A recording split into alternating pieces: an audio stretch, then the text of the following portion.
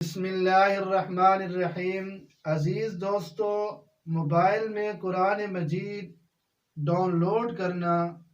اور موبائل سے قرآن مجید کی دیکھ کر تلاوت کرنا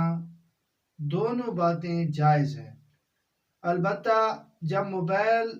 کی اسکرین پر قرآن مجید کھلا ہوا ہو تو اسے چھونے کے لیے اس پر ہاتھ جب لگتا ہے تو آدمی کا وضو ہونا ضروری ہے، یعنی باوضو ہو کر اس کو چھو سکتا ہے، اور اس کے علاوہ موبائل کے دیگر حصوں کو چھونا وہ جائز ہے۔ لیکن جب سکرین پر قرآن مجید نظر آ رہا ہے تو اس وقت سکرین پر بغیر وضو کے ہاتھ لگانا یہ جائز نہیں ہے، اور اگر قرآن مجید یہ کھلا ہوا ہو، اسکرین پر اس کی تلاوت جاری تھی اور یہ کھلا ہوا ہے اور آپ فوراً بیت الخلاء میں جاتے ہیں تو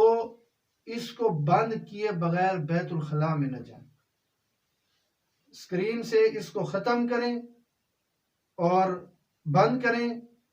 اور اس کے بعد بیت الخلاء میں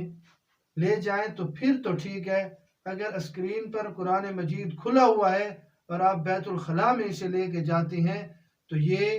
بہت بڑی بے ادبی ہے۔ اور اسی طرح موبائل سے قرآن مجید جیسے پڑھنا جائز ہے، ایسے موبائل سے قرآن مجید کا سننا بھی جائز ہے، اور یہ کہنا کہ اس میں کیونکہ ہم گانے سنتے ہیں تو